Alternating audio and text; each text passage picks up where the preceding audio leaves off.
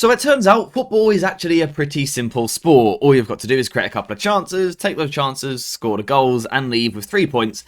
And ultimately, this 3-0 win over Leicester was really easy, really straightforward for Manchester United. Or was it? Not exactly. I don't think this was a great United performance. It was professional, and we got there in the end with a 3-0 win.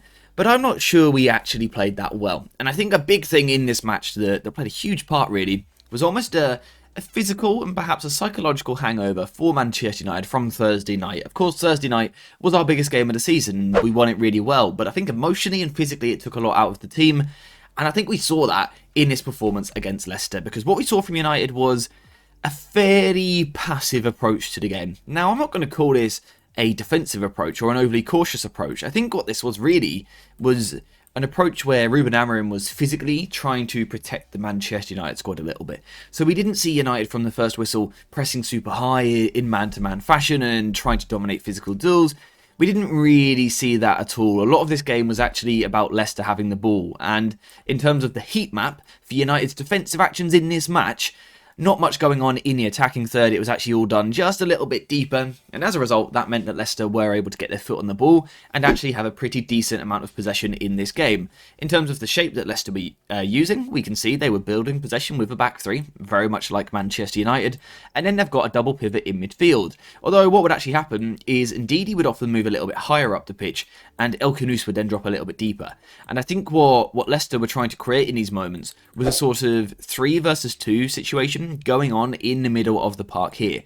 And it is because of El Khanous. You see, he starts a little bit higher and then drops into the space. He then arrives into that space, and that's difficult for United to deal with, because who is meant to pick him up? At times, Garnacho could move more narrow across the pitch to try and pick him up, but then Leicester had room to move the ball a little bit wider. The best solution was when De Ligt connected. There was a couple of moments where De Ligt did really well to connect with El Khanous to put him under pressure and win the ball back, but you can't do that all game as a centre-back, because at times El Khanous drops really, really deep. He's dropping actually just in front of the centre-backs. De Ligt can only go so far, right? He's a centre-back. He can't go too far up the pitch.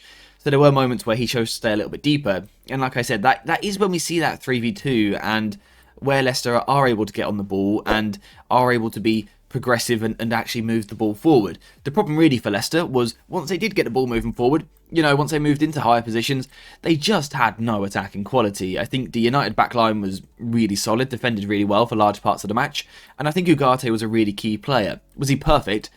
No, he's Ugarte. He doesn't do things in a perfect manner on the pitch. He's not consistent necessarily with his duels. But what he did bring us in this match was just a little bit of intensity. Again, this was a tired performance from large parts of the team. Ugarte addressed that. He was the one who could cover ground really well and sort of kind of snuff out these Leicester attacks sort of all over the pitch, really. So that's what was going on from United defensively. It was slightly passive, a little bit sit-offish to protect us, I think, physically, and Leicester didn't really have the quality to make anything of it.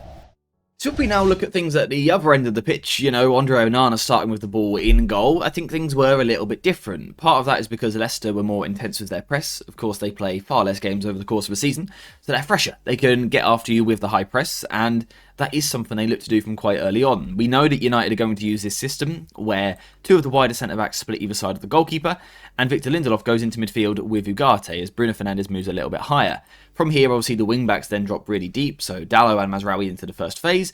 And like I said, Leicester were pretty aggressive with their approach. We could see Daka coming on to one of the centre-backs. We could see El Khanous coming on to the other centre-back. And Jamie Vardy played this sort of role where he was marking Onana and Lindelof at the same time. He could sort of stand in between the two of them, and basically if the ball was over here, he'd sit deeper on Lindelof, but if the ball was here, he'd go a little bit higher on Onana. So he basically, by himself, was able to take out 2 players. And then, of course, the rest of the Leicester team is also going to come up the pitch.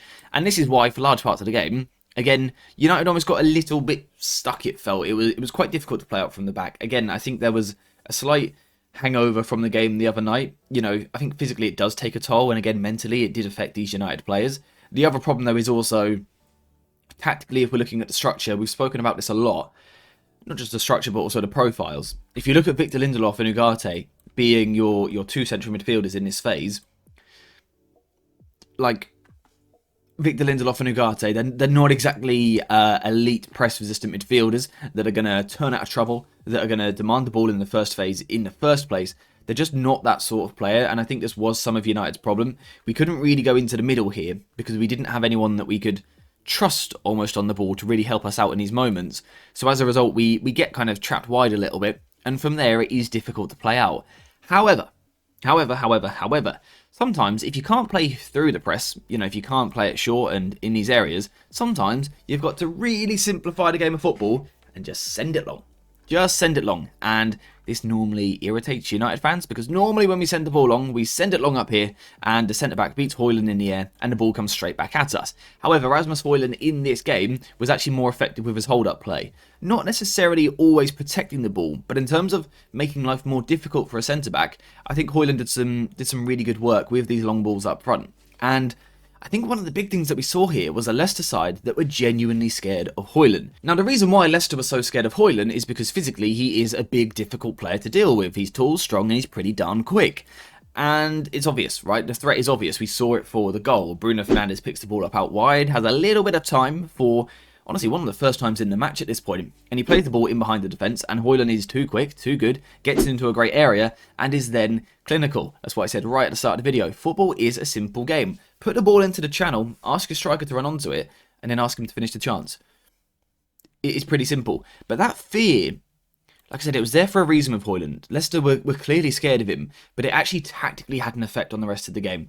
Because with Højlund's threat, Leicester felt that they needed two players on him. So Valtfas would often come across a little bit, and they would try and go 2v1 against him. So in these areas here, we can see Leicester being quite aggressive with their press, almost at times going man for man. But at the back, they were still trying to keep the +1. Now what that means is that somewhere United have got a free player. And the free player in this game was this man here, Christian Eriksen. And normally this would be a great sign. Christian Eriksen is a brilliant passer, excellent at playing the ball forward. Give him time and space as the free man. United are going to be in a really good place in this match. Tactically, Amorim got this right by putting Eriksen into this position. The problem was, on the day, Christian Eriksen picked up the ball several times in positions like this one here, and didn't really offer us anything. His pass completion numbers were nothing short of woeful. I don't mean to be too harsh on the bloke, but it was a really, really poor performance. He was actually almost a net negative to Manchester United on the ball. I think if a better player had played this position, or a more on-form player on the day had played this position, I actually think United would have controlled this football match and dominated, because we were able to go long. Eriksen was able to get on the second ball, but just from there was no drive. He didn't really give us anything. He didn't carry the ball forward. His passing, actually, like I've said already, was really poor, although, to be fair, that was a theme of not just Eriksen, not just Manchester United, but actually the whole match. Both teams were poor on the ball. But it was a real problem. I think, like I said, if someone else had been playing this game, I think United would have won this game really comfortably. And for me, more than anything, what I feel United were lacking in this match was problem solvers. Someone who can, for example, in the man-to-man press in the first phase, someone who can actually solve problems by themselves, who can go past their man. Again, Dalot didn't really offer it. Mazraoui did occasionally, to be fair to him. I think Heaven offered us a couple of solutions, but particularly in here, we didn't really have those players that could give us that solution on the ball, who were going to problem solve by themselves. And like I said, Christian Eriksen didn't either, really. The players who did were Bruno Fernandes with that first pass for the first goal, but also Casemiro when he came onto the pitch. He is a player who starts to problem solve, and we saw it for one of the goals. The long switch out from Casemiro is really, really good. This is what United needed. Someone who could take the ball and progress it by himself with the big switch out to Diogo Dalot. I think the work from Bruno Fernandes is then really good. He just kind of waits in the space. This is something that we've actually been talking about quite a lot on the second channel, by the way, with Asensio, but also Adam Wharton. The art of just stopping, standing still, and let everyone else run around you, and you just sit yourself in that space. So if you want to check out the second channel, there will be a link in the description down below. But back to Bruno Fernandes, you can see him, he just waits in this hole, and all the Leicester defenders retreat, they follow Chido Obi into the box, and then Bruno Fernandes has that space to put the ball into the net, and the finish again is amazing. He's Bruno Fernandes. He is amazing. He was also involved in the other goal as well, getting himself another assist, I think. Did it come off Bruno or the defender? I'm not too sure, but I've got him in my FPL, so I'm hoping this was a Bruno Fernandes assist. But we can see in this goal here, it's all about having lots of players really close to each other. All the Manchester United players pretty much within the width of the penalty area. And it means that in these moments, you've got someone like Bruno Fernandes, you get a little bit of luck, the second ball bounces for you. And then again, it's really good lethal quality from Garnacho. And, you know, you guys will notice that this video is a slightly different vibe to how I would normally talk about matches. Normally I would talk about overloads in all these different zones and the profile of players all over the pitch, including in the attacking part. But I think this match really was a weird one. A really, really weird one where tactically almost there wasn't too much that was going on that was really interesting. You know, United didn't get it horribly wrong, but we also didn't get it amazingly right. We sort of just contained ourselves defensively and then on the ball struggled a little bit, but our individual quality really shone through in the end, which is really nice to see, by the way. That's what United should be, and hopefully we will be in the next few years, a team that has superior individual quality. But I feel that almost was what won this game. It was almost a professional away performance. You go away from home, you keep it tight at the back, you take your chances. Football's a simple sport. So that's why this video is a little bit different to normal, because it was a different match. This wasn't all about, you know, again, numerical superiority in different areas. United just sort of got the job done and we sort of keep chugging on. I think it's a really good 3 points. And to have Højlund score, to have Garnacho score is huge. We saw lots of youngsters coming off from the bench, which is really fun to see. We love to see those guys given their chance. A real shame for Aiden Heaven. That was the real negative of the night, his injury. Hopefully he's going to be okay for his sake. But yeah, in terms of today, this video, this match, bit of a weird one. We got 3 goals, we won 3-0, so you would expect me to be sitting here absolutely over the moon with the performance, but it wasn't actually like that. It wasn't actually like that. I haven't even mentioned yet the fact that Leicester actually had higher expected goals in this match. So this wasn't United blowing Leicester away, it was just efficient, I guess is probably the word. Efficient, effective, got a job done, 3 points, on to the next one. That's pretty much what Manchester United did in this game, so that is all I have to say for today.